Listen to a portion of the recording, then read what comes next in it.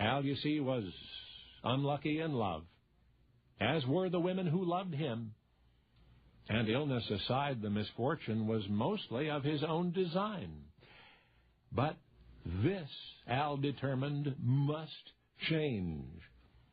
With 2 motherless babies to nurture, he must reorder his life, must find a responsible woman to look after them, preferably a wife. And this time would be different, the middle-aged Austrian customs inspector promised himself. This time he would issue something lasting and something of value from his heretofore disheveled existence. This time, he vowed, his luck would change. So Al once again summoned his young niece, Clara, to his side. And eventually he proposed to her and married her. And together they gave each other and the world a child named Adolf Hitler. Unlucky in love? Oh, yes. Only now you know the rest of the story. The rest of the story. Behold a man. His dying wife has left him. He's sitting in an upper-floor apartment, his head in his hands, the cries of 2 infant children searing his soul. Otherwise, he's utterly alone. Pushing 50, professionally preoccupied, he cannot care for the young son and daughter by himself. He can scarcely attend to his own needs. In a word, he is desperate. And if any one attribute could generally account for his predicament, it would be that he, all of his life, had been unlucky in love. Now, Al was what we used to call a good catch. First of all, he was handsome, powerful physique, jutting chin, dramatic eyebrows, sweeping handlebar mustache, which was quite fashionable in his day. Also had an important government job and an impressive uniform to go with it. So Al could have had just about any girl he wanted. Trouble was he wanted so many, and he had them all. And yet, despite his eligibility and the number of women who vigorously sought to put him out of his misery, Al just could not seem to find romantic happiness for very long. The problem was not impatience to commit himself. Al was 36 before marrying the first time, and then it was to an experienced, stable woman, a widow considerably older than he. She, Anna, did, however, contract tuberculosis. When she became an invalid, Al began searching elsewhere for comfort, and he didn't have to look far. One of his numerous affairs, more serious than the rest, was a waitress named Fanny, who worked in the same inn where Al and Anna lived. You talk about one mixed-up mess of a man.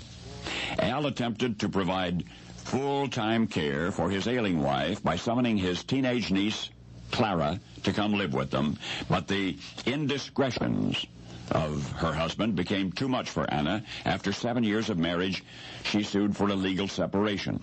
That left the way somewhat clearer for Al and Fanny, who set up house and began having children.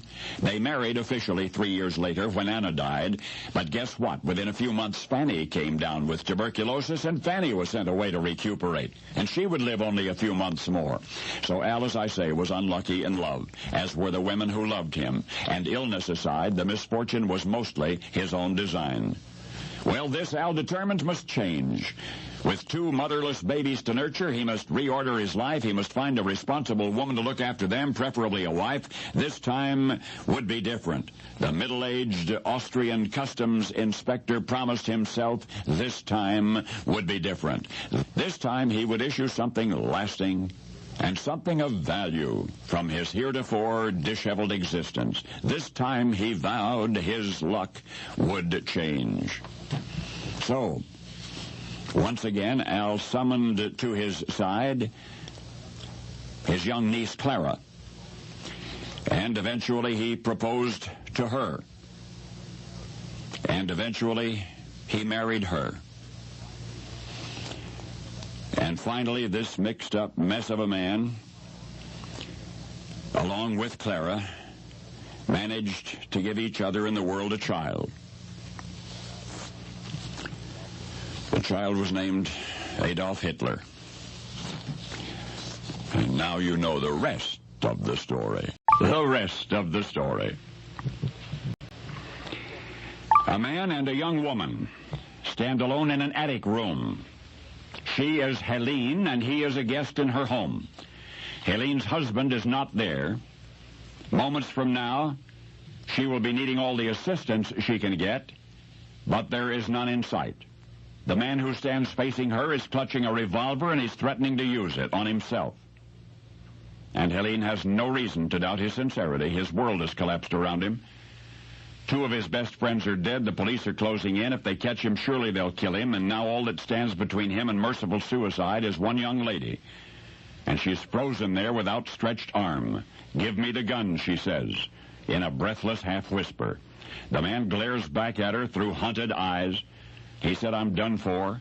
His voice was choked with despair. He said there's no use going on. And part of Helene believes him, yet she cannot simply allow this dear family friend to take his own life. She is pleading with him, "Think of those who love you." But pain tormented by his dislocated shoulder and broken collarbone and frantic at the thought of being captured and imprisoned and executed, he can think of no one but himself, nobody's needs but his own. Had the authorities tracked him down a little sooner, his attitude might have been otherwise. But he has lost years of nerve over the past 2 days. It was not wise to have come here in the first place, not logical, but it was understandable, for in happier times there was no place on earth where he felt more comfortable, more welcome, more secure than here in this house with Helene and her husband and their small son. The attic room, which is now his hideout, is also fondly remembered. It's a friendly, furnished nook filled with his own beloved books, so the fugitive came here gladly, even though it increased his chances of being caught. Quite in fact, a relative, Helene's mother-in-law, had telephoned only minutes before to say that the police are now searching her house. Certainly only minutes from now they'll be banging on the door of Helene's home. So here, in his attic lair, the despondent, frightened fugitive draws the revolver, places the muzzle against his head, and said it's all over. Helene lunges for the weapon. They struggle briefly. Her tone is demanding now. "Give me the gun." And suddenly, as though shaken awake from an awful dream, the man stops struggling, calmly releases the revolver.